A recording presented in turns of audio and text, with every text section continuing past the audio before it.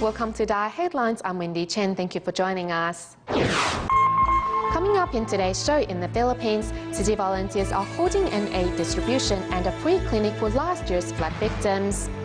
We begin a new series of feature reports to investigate the effect urban development have on rivers around the globe, starting in Brazil. And in Malaysia, volunteers are getting ready for the upcoming musical at the City Kuala Lumpur and Selangor chapter.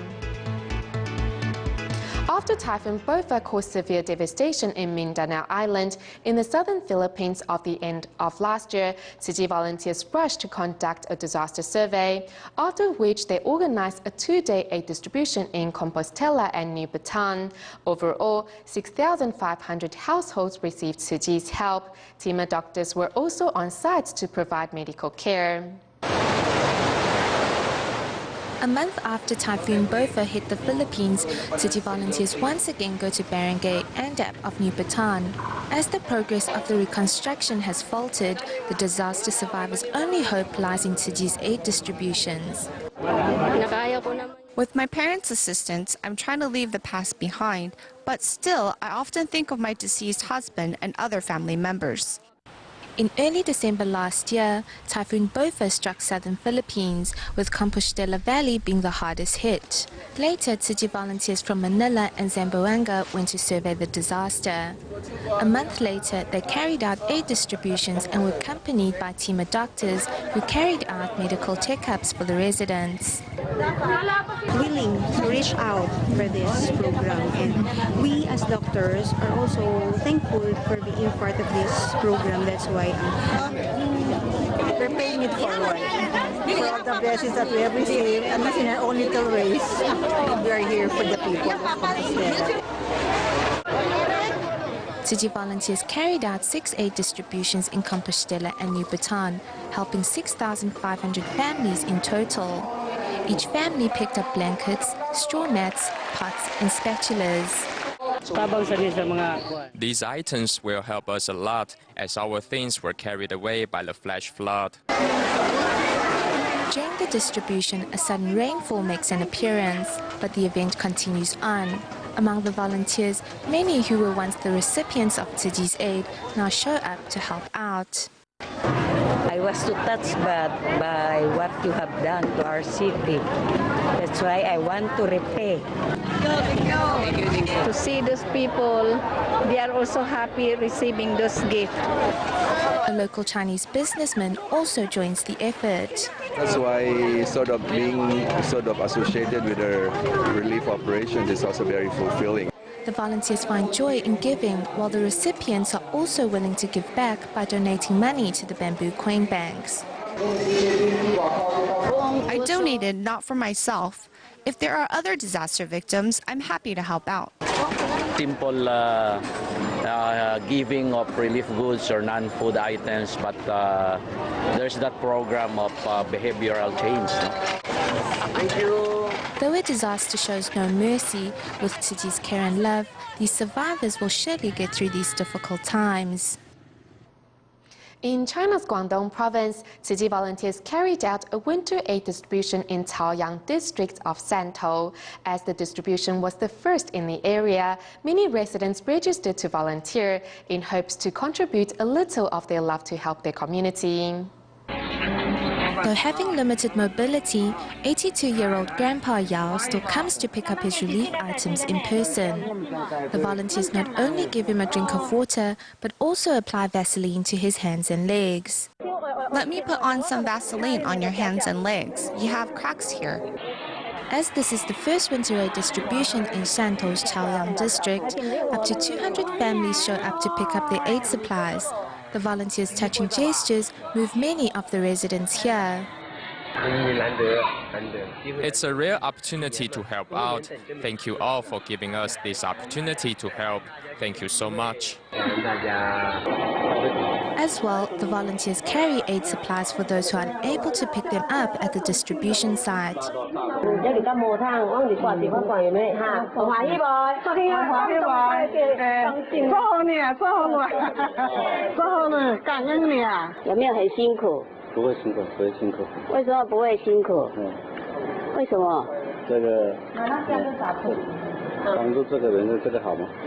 Yao Zhuangqiang is a cerebral palsy patient who lives alone. As the volunteers bring him relief supplies, they also help him clean up his sleeping area. I feel happy to be a volunteer because giving really makes me happy. Later, Yao is all smiles when he finds his bed clean. With Tzu Chi volunteers' blessings and warmth, he will surely have a good sleep tonight. Teachers and children from the DaAi kindergartens in Malaysia recently traveled to Taipei, Taiwan to celebrate DaAi TV's 15th anniversary. Afterwards, they paid a visit to the Jingse boat in Hualien. In addition to a guided tour, the children also helped in making Jingse soaps and learned life wisdom from a Jingse boat master. Teachers and children from DaAi kindergartens in Malaysia recently traveled to visit the spiritual heartland of Tzu Chi. Tzu Chi teaches us how to be a better person. It is all about people. So here we see how this has been constructed in the shape of a character for person. Volunteers gave the children a tour of the grounds, during which they explained the significance behind certain architectural features. The children next helped with the first steps in making of Jingse soaps. Later, a Dharma master shared with them the philosophy of making life your teacher, in which she used a nearby water wheel as an example.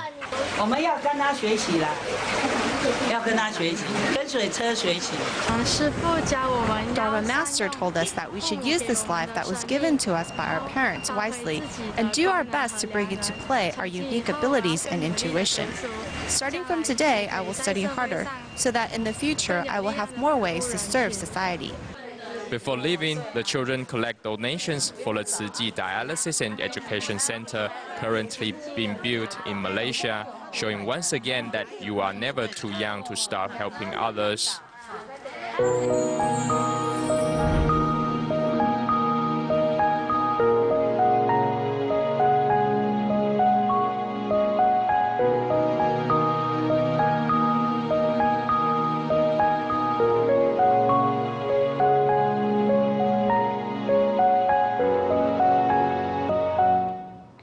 Ancient civilizations such as Egypt, Shanghai, and Mesopotamia were all built around water sources. However, with advances in technology and easy access to water, younger generations are forgetting to protect their water sources.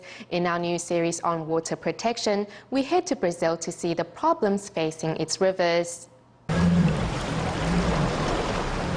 Since ancient times, humans have settled by rivers. Water is a source of life and is also where civilizations in China, Egypt, India, and Mesopotamia started. But as civilizations reach a certain level of technological advancement, humans started moving away from rivers. In order to protect against natural disasters like flooding, humans started building dikes to keep water out. Present day, water is readily available when we turn on the tap, causing us to disassociate with the actual water source. What effect does city development have on the rivers?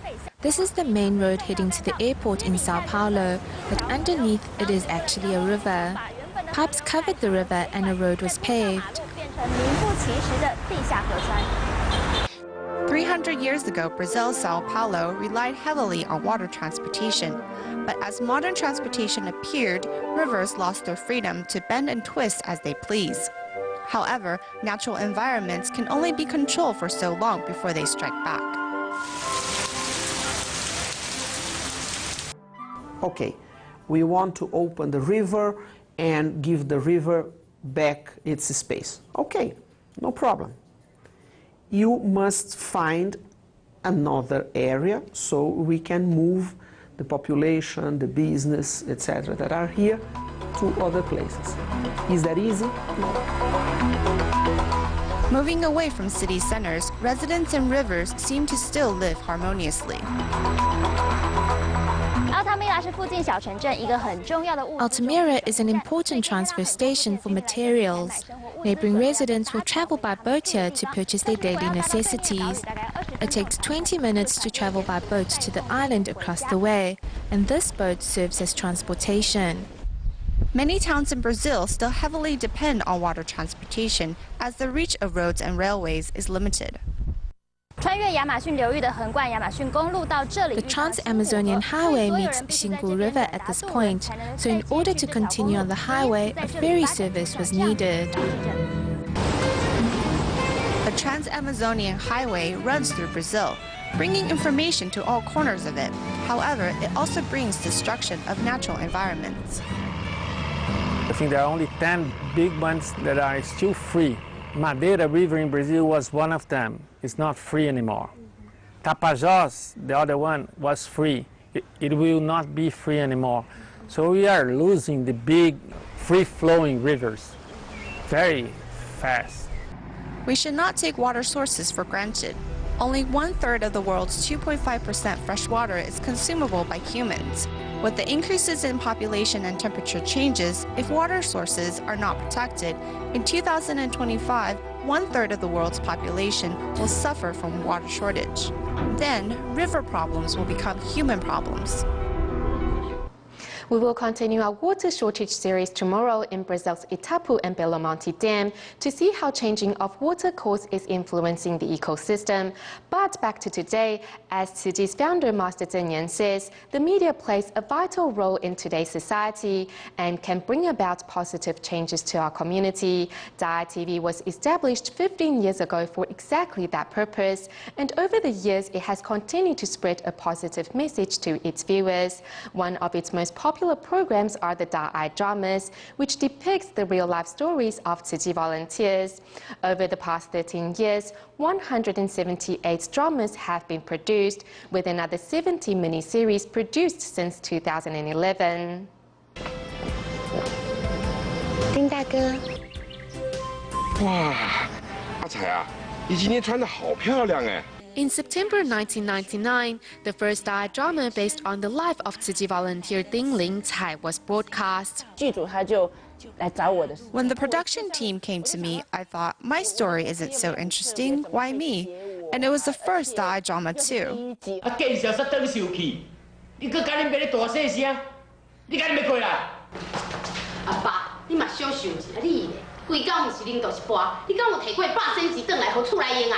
Life was difficult for Ding Ling Cai, as her father was a gambler, and she also experienced painful ups and downs in her marriage. Her story, which focused on her marriage, became popular among Taiwanese audience. Young people nowadays get married for half a year and then get divorced. You see, our relationship is strong. We have been married for more than 30 years now. Over the past 13 years, DaAi TV has produced a total of 178 dramas, each based on Tzu Chi volunteers from all walks of life and how they overcome obstacles before eventually finding their way in life. We hope through these characters people can see the goodness in human beings and the values some possesses. We hope the combination of striving to be better and doing good deeds in these stories will bring a positive influence to society. Apart from its DaAi dramas, beginning in May 2011, DaAi TV also produced some 70 miniseries, each with 5 to 15 episodes, also depicting the life stories of Tzu Chi volunteers. I hope that the audiences will not simply categorize DaAi drama as something solely for Tzu Chi volunteers. At a time like this, when society is in a state of chaos, we really need a stream of purity. Despite the growing competition from abroad, DaAi dramas aims to be a quality and inspirational TV series. Our dramas are based on real-life stories, and some are based on people from a few different generations. This is different from Korean or Chinese series. We hope DaAi TV will continue to produce these dramas and guide us through the portrayal of the life of these volunteers.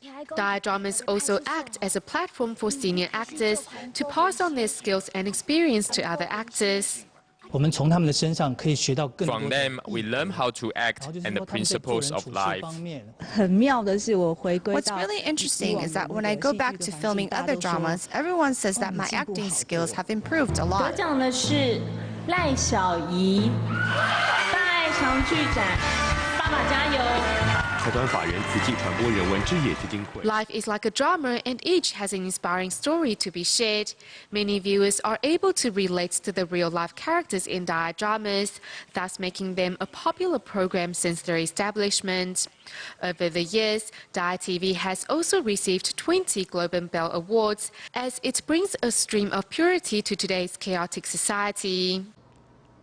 To mark the beginning of a new year, the year-end blessing ceremony at the Tzu Chi Humanitarian Center in Taipei saw a huge turnout of participants. Members of the public at the ceremony not only absorbed Master Zheng Yan's words of wisdom, some were moved to tears by the inspiring stories of Tzu Chi volunteers and its members. With a grand appearance, Tzu Chi Humanitarian Center staff members are performing the musical adaptation from vow to action. Like a vessel in the ocean, they encounter storms but remain unscathed. The atmosphere is filled with twists and turns of events as the wives of entrepreneurs put on a performance of Fulfill My Dream.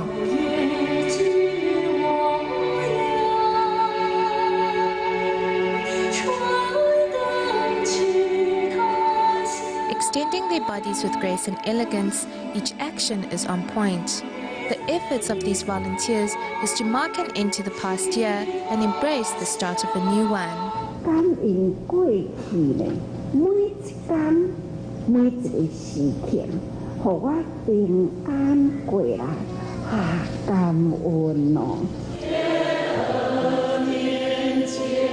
With a light in hand and sincerely in prayer, each participant wishes for a peaceful year ahead.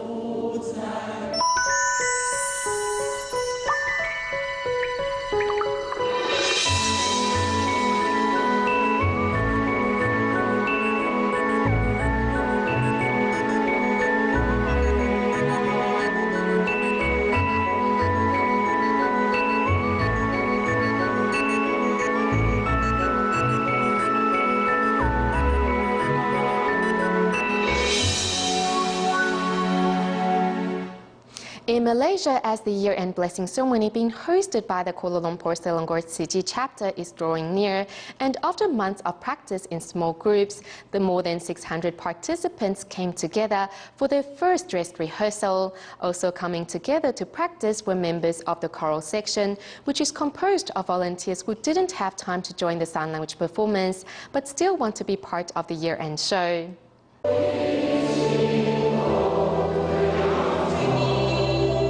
After several months of practice, Tzu Chi volunteers from Klang come together for their first dress rehearsal for the year-end blessing ceremony. So everyone needs to stand up at that time.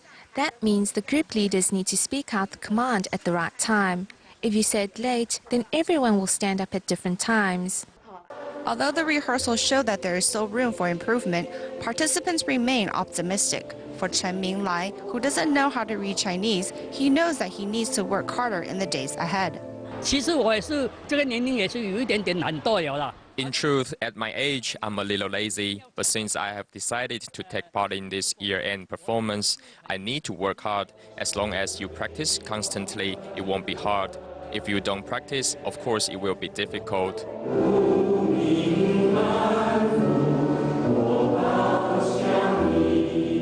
For those that didn't have time to take part in the sutra performance itself, they still had an opportunity to join the choral section. We didn't miss anyone. An invitation was extended to everyone. If there wasn't a choral section, many would have no choice but just to sit in the audience and would not be able to take part in the performance. Because we can't sing and can't read, so we decided to join the choral section. It is simpler there and the movements are fewer. Altogether, 600 volunteers came together with sincere hearts to practice. With every movement filled with Dharma, everyone hopes that the performance will inspire more people to join as volunteers themselves. Moving to Jordan, Tzu Chi volunteers have been busy holding relief distributions to help refugees from Syria. However, they still managed to organize a small-scale year-end blessing ceremony early this month.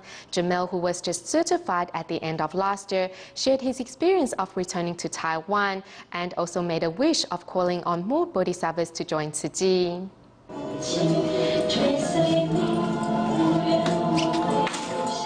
Despite busy holding relief distributions for refugees from Syria, Tzu volunteers in Jordan still organized a year-end blessing ceremony, during which they looked back on their work over the year. I'd like to be very grateful to all the brothers, sisters, the last 15 years worked so hard to build our Tzu in Jordan. The number of Tzu volunteers in Jordan is few. However, through their united efforts, they have reached many needy in their community. Though coming from different religion and race, each year a few volunteers travel to Taiwan to receive certification. Jamil, who was just certified last year, shares his thoughts. Though we only have 10 certified volunteers in Jordan, we hope we can do a lot more. I believe if we share our love and respect, more people will be happy to take part. We should be trying to give, and we will get more joy. So I hope all of us will be one of the commissioner and our volunteers. Upon receiving the blessing and wisdom red envelope, Tzu volunteers all vow to continue spreading the seeds of love and make a difference. Doing recycling doesn't always have to happen at a recycling station. In Taiwan, over the past 10 years, volunteers from Taipei's Songshan district have been sorting recyclables at a makeshift point every Monday and Thursday afternoon. As the area is the receiving dock of a hotel, Tzu volunteers promptly and quickly sort recyclables at 4 p.m. rain or shine. Here in the Songshan district of Taipei, at 4 in the afternoon, a recycling truck appears right on time at this empty lot behind a hotel. Recyclables are hauled down from every floor as the volunteers work together to sort through the items. It's mostly newspapers and plastic bottles. The company makes a point to save its bottles for us. This regular get-together was started by Tzu volunteer and hotel worker Hu Nanxiang. Typically, we will set aside time on Monday to do recycling. Unless it's something we can put off, then I am calling for a leave of absence.